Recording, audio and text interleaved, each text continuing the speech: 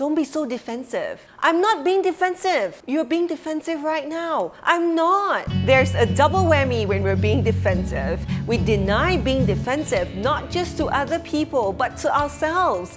It's like insisting you're not drunk when people tell you you are. On the outset, defensiveness is most clearly linked to our ego, but upon closer inspection, it actually has more to do with our vulnerability. Ironically, it is only when there is a shred of truth to what someone is saying that we become defensive. If what someone says has no validity at all, we'll just shrug it off easily. It is only when people mention something that we're already insecure or vulnerable about that our defensive mechanisms kick in. Oftentimes, we know what our weaknesses are, but we would rather go about our days not acknowledging them because these thoughts bring about doubt and insecurities that make us feel less confident. So when the people who love us give us advice or even a mere suggestion, we instinctively rear back and dismiss them without really examining whether the advice would be helpful. We react defensively because we feel like we're being forced to face something we're not ready to deal with yet. Or maybe we're already working on our weaknesses but we have yet to overcome them.